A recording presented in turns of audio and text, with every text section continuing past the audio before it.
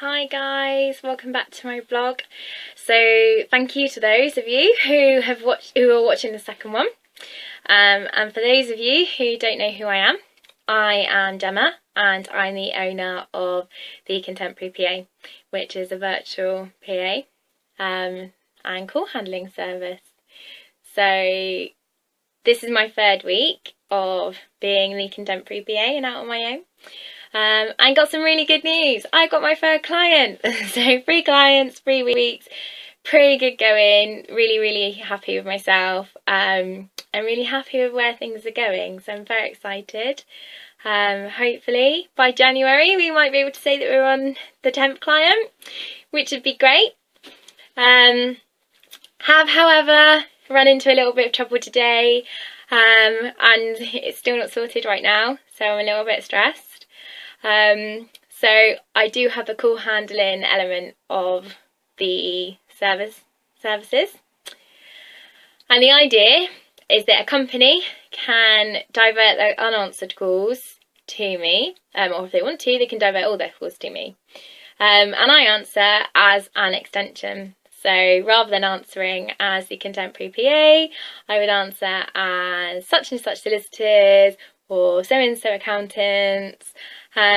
Take a message and pass it on. Unfortunately, it turns out it doesn't look as though the system that I've got is going to allow me to do that, even though that's what I purchased it on the basis of.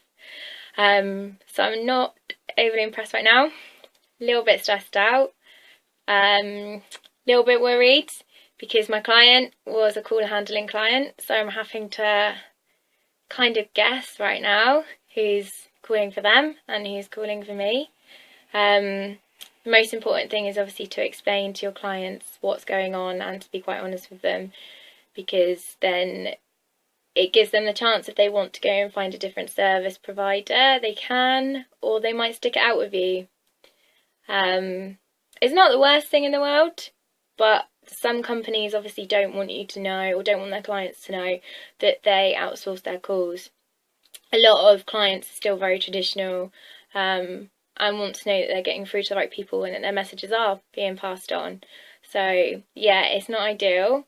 My providers are looking into it for me right now, and they're going to see whether there's a way that they can intercept the calls before they come to me. So the way it should work is the business telephone number. So my client's telephone number comes through to my phone, so that I can see where it's coming from and what business it's for, which is how I tailor how I answer.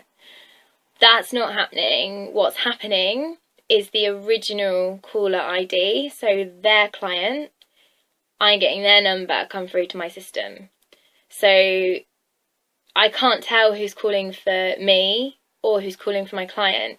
And with Black Friday around the corner,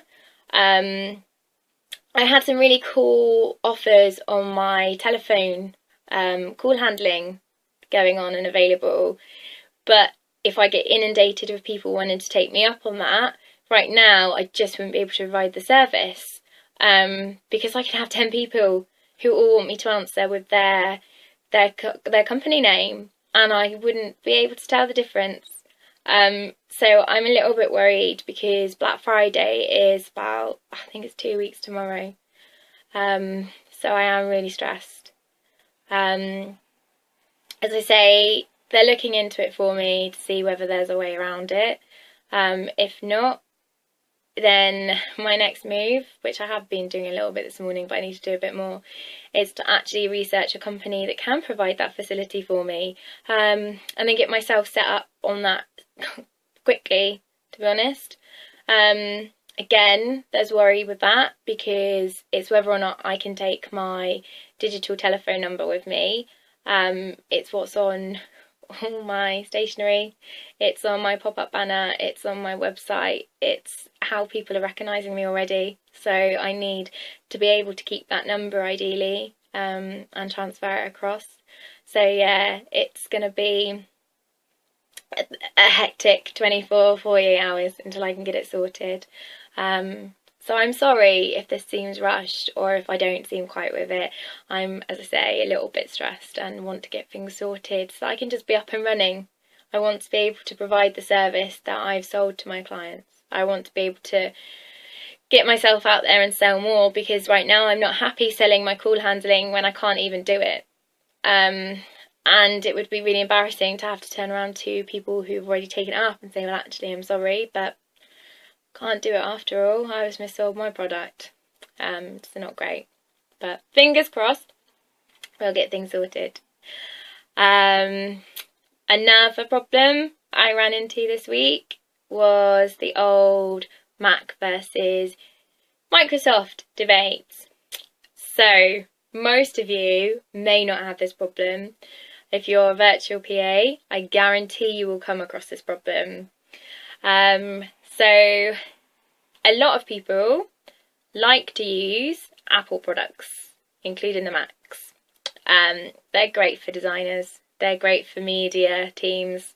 Anyone using a lot of images, a lot of design, Macs are fantastic for. They've got the element that unfortunately Windows just don't do and don't have. Whereas Windows is great if you want to type, if you want to send letters, if you want to do documents, and if you're traditional, and still a lot of traditional businesses use it. So the problem I faced was both my clients use Mac. So they've gone to send me a document to edit, and I can't even open it up on my PC. So Mac will save their document version, for example, which is obviously Windows, which is .doc, as .pages, and .xls, which is Excel in Windows, is .numbers. It doesn't help that you can't open it up. There are workarounds, so don't worry. I'm not telling you that you have to go and invest in both computers yet, although for me that would be the ideal. And the next step will be to get a Mac computer as well. But right now I'm using a converter tool, which you can just get on the internet. As I say, it's not ideal, but it works for now. I think there is also a way that the Mac sender can edit the way it saves the document, the way it formats it, to make it come across to you as the version you need. But just be aware of that one. It caught me out. It really didn't even cross my mind when I first started that I would come across problems like that. But a fairly easy one, fairly straightforward to fix in the long run. But both of these problems have led to today's topic, which is budgeting. So last week I briefly touched on having a business plan and how important a business plan is. Or part of that plan will be, or should be, your budget. Now, you're going to make a budget for your business. It's going to include the premises, lighting, heating, water, your machinery, your IT, your telephone. Everything and anything that you can think of is going to be included in that budget. Don't forget that you need to budget for insurance.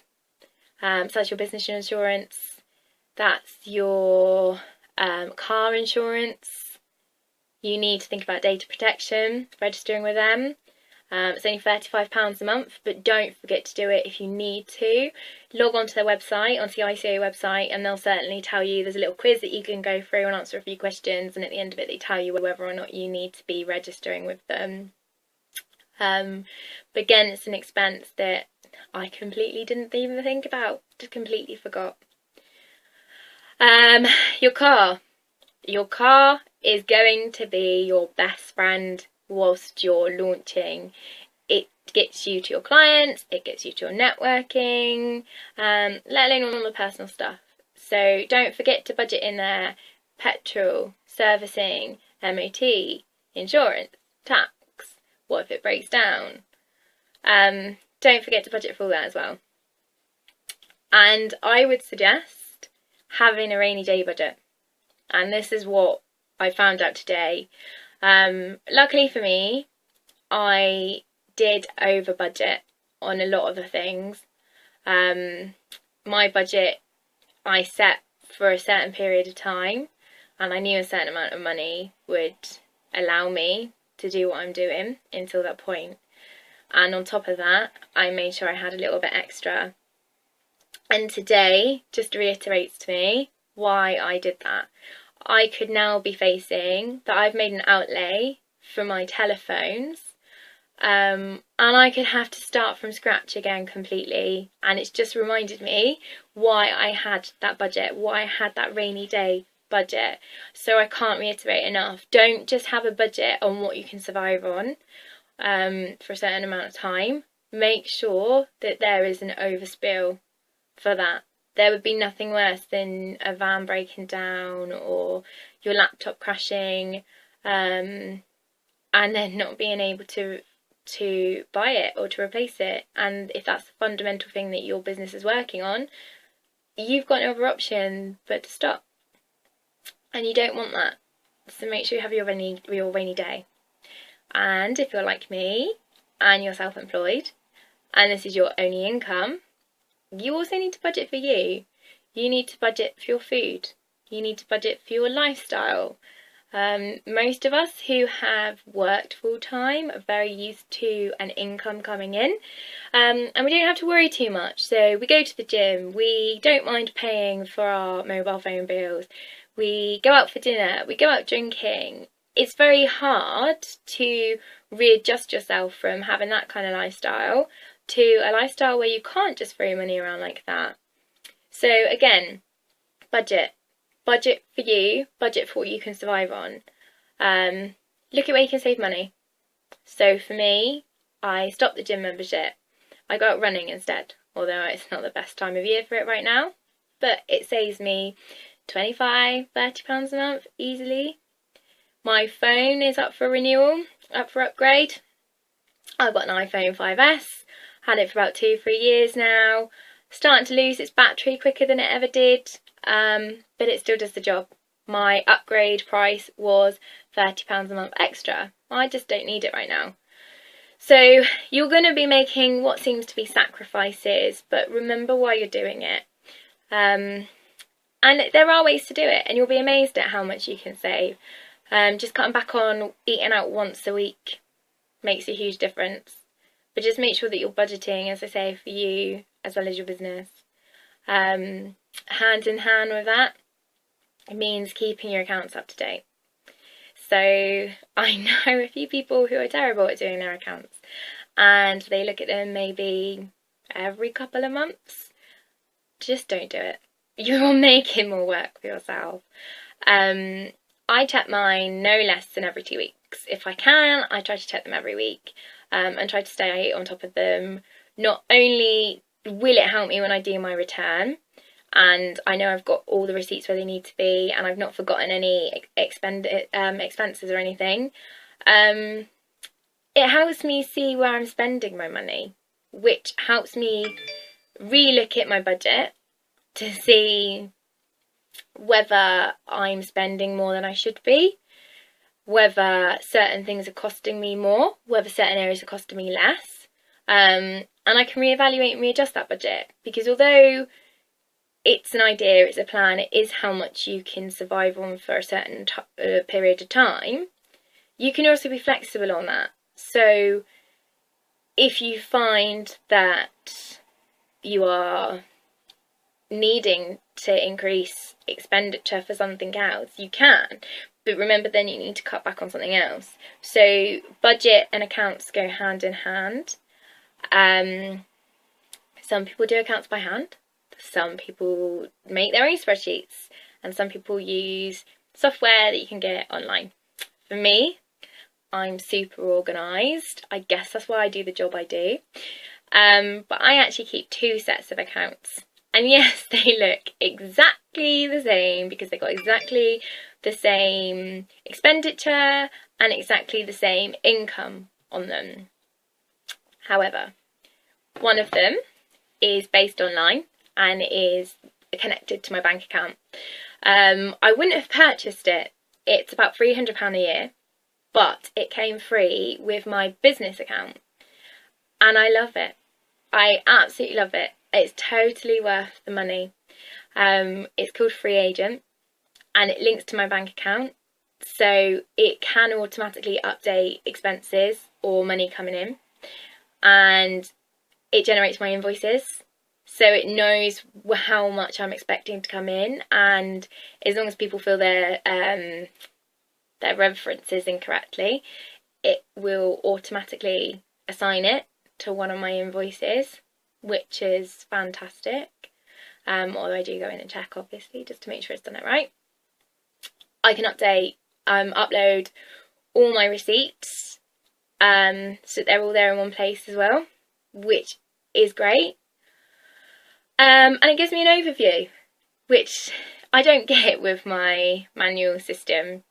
It's got all these graphs, all these analytics that just make my life actually quite easy. So definitely worth investing in something like that. Some of the more advanced software packages actually also help you with your tax returns and things, and you can do your tax returns via those software packages, so definitely worth looking into something like that. The other version I do is obviously on good old Excel. Very basic spreadsheet that I do the sums in, and it just gives me a running total. There's nothing complex about it, there's nothing advanced, there's no fancy gadgets that come with it, it just is what it is. But hopefully nothing will ever go wrong. But should it, then hopefully I've got a backup system in place rather than having to trawl through months or a year's worth of receipts, because I'm bound to forget something, and I don't write down my mileage. I literally write it on my expenses as soon as I come in, and that's it. So if I lost it, I wouldn't have a clue how much I've spent on my mileage. So yeah, I double check my accounts and keep them updated constantly, and then refer back to my budget based on that.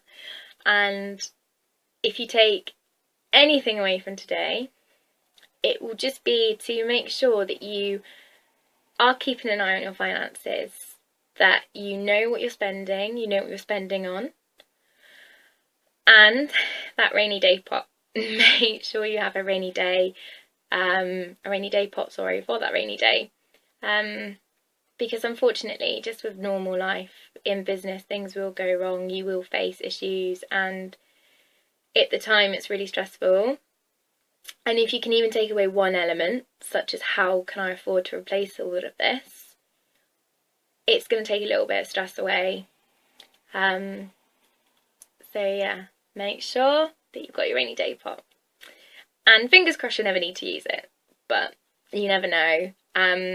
Which is where I'm going to love you guys and leave you guys.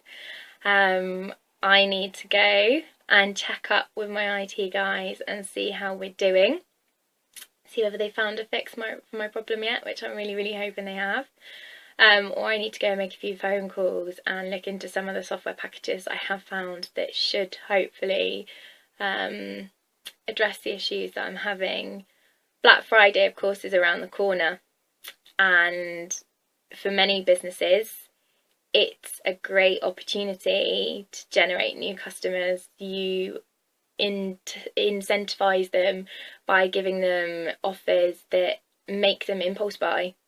And I had a few on these call handlings, and I think it's 2 weeks, as I say, 2 weeks Friday, so I'm now against the clock to get them sorted, otherwise I can't introduce these packages. But hopefully we will get there. So if you want to have a look at these offers, find my Facebook page, add me on Instagram or Twitter, that's where they will be, and hopefully this time next week I will be able to come back to you all and tell you that things are settled and sorted and that things are going much better for me. If you've got any questions or anything or any advice, please let me know. But if not, then I'll see you next week.